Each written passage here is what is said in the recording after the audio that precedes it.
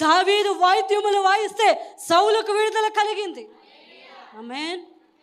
దేవుని మందిరం విడుదల కలిగే చోటు. హల్లెలూయా. ఎక్కడో మాంత్రికుల్ని తాళ్ళు దెబ్బలాలు అక్కడికి తీసుకెళ్ళకండి. తీసుకొచ్చి దేవుని మందిరంలో కూర్చొని పెట్టండి.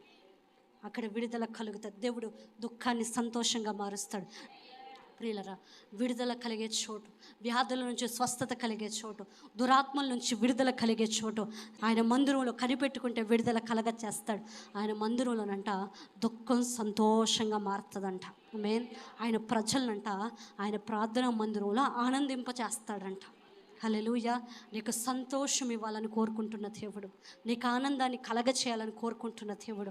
దేవుడు నీకు విడుదల కలగ చేసి నేను సంతోషాన్ని కలగ చేయను కాక, దేవుడు నీ కన్నీటిని తుడిచి హన్నాకు కలిగిన సంతోషం నీకు కలగ చేయను కాక, దేవుడు సౌలుకి విడుదల ఇచ్చినట్లు నీకు విడుదల ఇచ్చి నేను విమోచించి నీకు ఆనందము కలగ చేయను గాక. దేవుడు కుంటివారిని గుడ్డివారిని స్వస్థపరిచినట్టు దేవుడు నేను స్వస్థపరిచి నీకు ఆనందము కలగ చేయను గాక. ఒక సంఘటన చెప్పి నేను ముగించేనా. దేవుని మందిరం ఏంటి? ఆనందించే చోటు. హల్లెలూయా. దేవుడు ఆనందం కలగ చేస్తాడు. తన ప్రార్థనా మందిరంలో ఆనందము కలగ చేస్తాడు. ఆమేన్. ఒక వ్యక్తి దేవుని మందిరానికి 3-4 గ్రామాల అవతల నుంచి వస్తాడంట. ప్రతి ఆదివారం శుక్రవారం. ఎన్ని గ్రామాలు?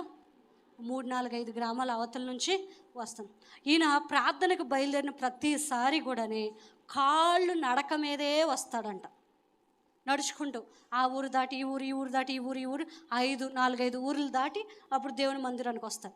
ఇక్కడ ఆరాధన అయిపోయిన తర్వాత మళ్ళీ కాళ్ళు నడకనే మళ్ళీ ఇంటికి వెళ్తాడు.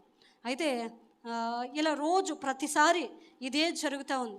అయితే జరుగుతూ ఉంటే ఒకరోజు సేవకుడు పిలిచి అన్నాడంట, అయ్యా మరి ముసలోడు అయిపోయావు కదా, అందంగా బస్సు ఎక్కి రావచ్చు కదా, ఎందుకు 4-5 ఊర్లు దాటి కాళ్ళు నడక మీద వస్తున్నావు నువ్వంటే, అప్పుడు ఆయన చెప్పిన సాక్ష్యము, అయ్యా నేను బస్సు ఎక్కి వెళ్ళిపోతే ఇక్కడ ఎక్కుతాను, అక్కడ దిగేస్తాను, కానీ నేను నడుచుకుంటూ వెళ్తే దారిలో గ్రామాల మధ్యలో ఆగి, వీధుల మధ్యలో ఆగి నేను 10 నిమిషాలు వాక్యం చెప్తాను, కర్రపత్రాలు పంచుతాను. నేను అక్కడ నా వల్ల ఎంత సువార్త చేయగలనో ఈ సమయంలో నేను సువార్త చేసి వస్తాను. తిరిగి వెళ్ళేటప్పుడు కూడా నేను అదే చేస్తాను. ఎందుకయ్యా ఇంత కష్టము, ఇంకా వయసు అయిపోయింది కదా, సరే బాగున్నప్పుడు చేసేవులే, ముసలోడు అయిపోయావు కదండి. ఆ వ్యక్తి చెప్పిన సాక్ష్యము, ఒకప్పుడు నేను అన్యోన్యంగా ఉన్నప్పుడు, దేవుని ఎరక్కుండా ఉన్నప్పుడు నాకు ఒక జబ్బు కలిగింది. నా 2 కాళ్ళు పడిపోయాయి. నా కుటుంబాన్ని పోషించేవారు లేరు. నేను ఎన్నో డాక్టర్లను సంప్రదించాను. అయ్యా నాకు నా కాళ్ళు పడిపోయినాయి, నా కుటుంబాన్ని పోషించాను, నాకు ఒక ఇల్లు కొంచెం ఆస్తుంది, అది అమ్మేసి తీసుకొస్తాను, నా కాళ్ళు ఎలాగైనా బాగు చేయండి అంటే డాక్టర్లు అందరూ మేమేమీ చేయలేమనేసారంట. అందరూ చేతులెత్తారు. అలా మంచం మీద పడకు 4 కాళ్ళతో అంటే పాక్కుంటూ నడిచేవాడంట, చేతులు ఆనుకుని నడిచేవాడంట. ఇంట్లో వరకు అలా బయటికి వెళ్ళలేరు కదా, అవునా, పాక్కుంటూ దేక్కుంటూ బయటికి వెళ్ళలేరు కదా, ఇంట్లో వరకు అలా ఉండేవాడంట. అసలు లేచి నిలబడలేని పరిస్థితి, పనిలోకి వెళ్ళలేని పరిస్థితి, నా కుటుంబాన్ని పోషించేవారు లేరు.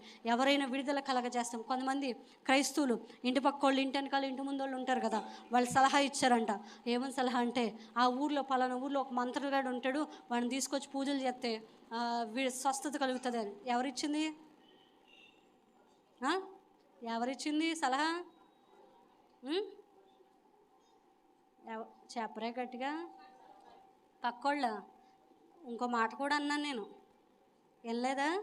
ఎంత తెలివిగా పక్కోళ్ళండి అని చెప్తున్నారు. క్రైస్తవులు దేవుని మందిరానికి వెళ్ళేవాళ్ళు ఇచ్చే సలహా, అయ్యా దేవుని మందిరానికి రా, ప్రార్థనలో కూర్చో, అది కాదు. ఫలానా మంత్రగాడు ఉంటాడు, ఆడు బాగా మంత్రాలు చేస్తాడు, ఈడు బాగా తాళ్ళు కడతాడు, ఆడైతే ఎక్కువ మంత్రాలు చదువుతాడు, ఆడి దగ్గరికి వెళ్తే విడుదల. ఎవరు ఇచ్చేది? క్రైస్తవులే. వాస్తవం చెప్పాలంటే 90%, 99% హిందువులే కొంచెం ఎక్కువ. ఒరే అన్ని చోట్ల చూస్తావా, ఇంకా అదేదో ఆఖరణ ఉంది దేవుని మందిరానికి పోవన్న వాళ్ళని అంటారు. కానీ ఈ క్రైస్తవులు మటుకి ఆడక్కడున్నాడు, అది ఎక్కడుంది, అక్కడికి వెళ్ళు, ఇక్కడ ఈ సలహాలు. దేవుని మందిరానికి రమ్మన్న సలహా మట్టుకెవరు. అయితే ఇలాగా పలానా ఊర్లో ఎంత పెద్ద మంత్రిగాడు, వాడిని తీసుకొచ్చిన పూజలు చేస్తే నీ కాళ్ళు వచ్చేస్తాయంటే, ఊళ్ళో ఎవరికి తెలియకుండా నైట్ టైం మరి అర్ధరాత్రులు అందరూ పడుకున్న తర్వాత తీసుకొచ్చి పిలుచుకుని ఆ మంత్రగాడిని ఇంట్లో కూర్చోబెట్టుకుని ఎన్ని పూజలు, డబ్బులన్నీ అయిపోయినాయి, కానీ కాళ్ళు అయితే రాలే.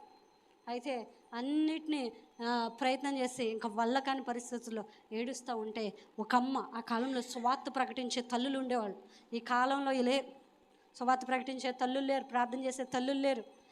ఎంతసేపు మనము మన కుటుంబము, ఆ కాలంలో ఆ తల్లులు చక్కగా చేసుకుని ఊరూరు, నీకు తెలుసా ప్రవీణు, చక్కగా ఊరూరు వెళ్ళి, అవునా, ఇక్కడ ఆటో ఎక్కేవాళ్ళు, అక్కడ దిగేవాళ్ళు, అక్కడ అక్కడ దిగేవాళ్ళు, ఎక్కడెక్కడ కుదిరితే అక్కడక్కడ సువార్త ఒంటరిగా వెళ్ళి సువార్త ప్రకటించేవాళ్ళు. మనకు అవకాశం ఉన్నప్పుడు చేయలేదు, ఇంకా అవకాశం ఎలాగో పోయేటట్టుంది. మనం ఇంక దేవుని కోసం చేసేదేమీ లేదనుకో, మన వల్ల ఏం ఉపయోగం లేదు, అంతే. మన భక్తిని మోసుకోవడమే మనకు భారం.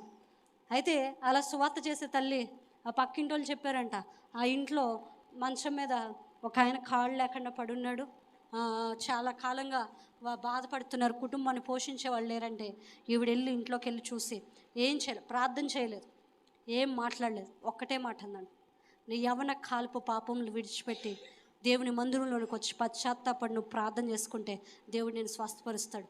ఆ ఒక్క మాట చెప్పేసి వెళ్ళిపోయింది.